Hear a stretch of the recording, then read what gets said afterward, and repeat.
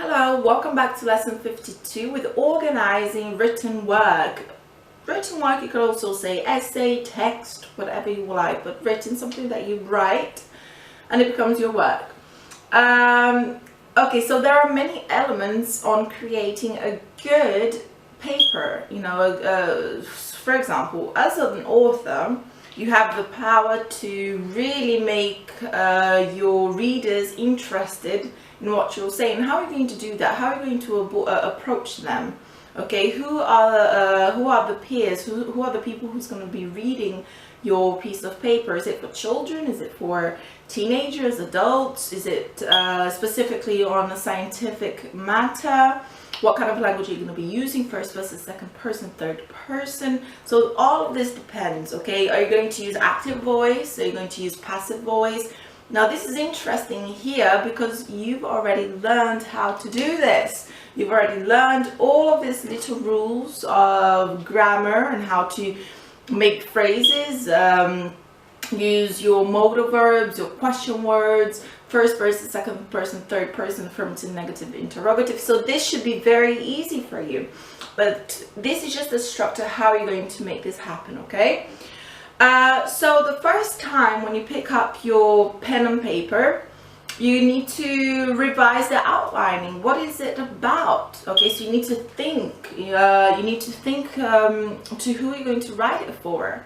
Okay, what's the purpose of your writing? So you need to revise what you want, because some people, they start talking about dogs, and then after they come to a scientific matter on flower, and then they had a dream that they were on the sky. You know, it's if you make a movie out of that, it could be a fun one, definitely. But if you want to talk about dogs and you're aiming for children, keep on that. Okay, if you want to talk about scientific matters for flowers, maintain that. If you want to talk about your dream in the sky, maintain that. You know, come to a beginning and end, beginning, a body, and an end, and how you had this dream.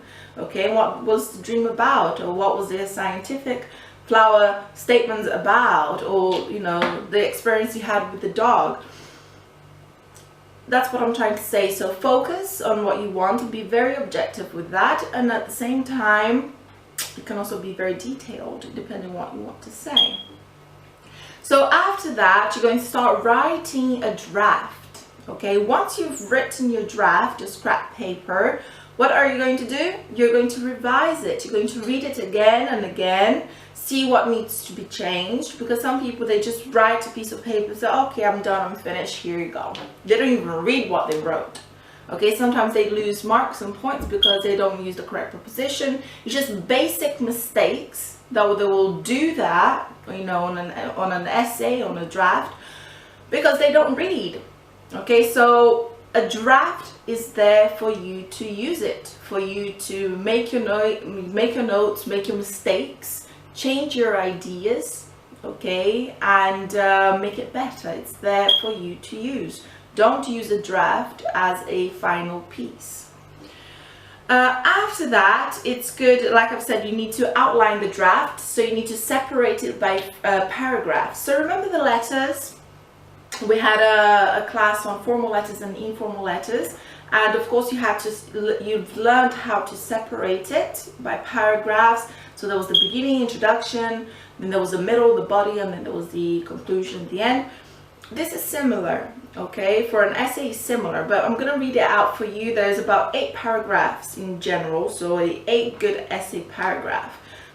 Depending if you're finishing your TCC or at university, you know, they may ask you to write a book on a specific topic, but this is not the situation. This is an essay, and you know, you don't have to write a book. So paragraph 1 is your introduction.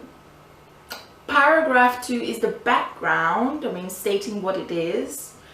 Paragraph 3, it would be what you're starting your story, you're starting to explain what is happening.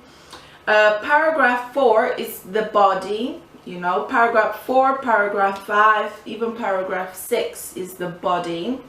of the story. You're telling your story. And then paragraph 7, you are coming to a conclusion. Okay, you are coming to an end, but you're not at the end yet to say bye, you've finished words. You are resolving the case. You are coming to a conclusion slowly. Okay, and then paragraph 8, of course, is your conclusions. The last one, you can write about this much. You don't have to write a huge text like this. No, a conclusion is something, well, now this is the end. So you prepared your readers on paragraph 7 that you are coming to a conclusion on paragraph 8, so they understand it's finishing. Not just by looking at it, because there's the beginning, middle, and end. No, but because the text is telling you it's coming to an end, then it becomes more clear. Because when you're in the body and you're talking about this and that and everything which is happening, and then suddenly he dies. What do you mean he dies and then the text finishes? I mean, you can't just die like that. Okay, you need to state some reasons to a conclusion how he was dead and then finally he died. You're preparing your readers. They won't be shocked and they won't be pissed off at you. That's the honest truth. And then after you've done all of that, and after you've read your text and revised your draft, you're going to put it on another piece of paper, or if you're writing words, you're going to, it's better when you write on a PC, because automatically, you can just go back and rewrite and just change a little things. But on a piece of paper, you need to rewrite the whole thing, which I prefer writing on a piece of paper. And that's it, and then you just hand it in. Okay, and of course there's an exercise for you. I'd like you to write a story, not a short story, but an essay on a book, on the last book you've read. Okay, so you're going to tell your readers the beginning of it, why you're writing it, not why, but how you got to write it, which is why you're writing it. And then the body and coming to a conclusion of the story. So the last book you read, I want you to write an essay on what you've understood, why you've liked it, and why you've chosen the book to read it. Okay, and of course, what did you learn from it, which is very important. Next lesson, lesson 53, we're going to have a look at colloquial language, because up to now we've only seen formal. Okay, so I'll see you soon with lesson 53. Bye.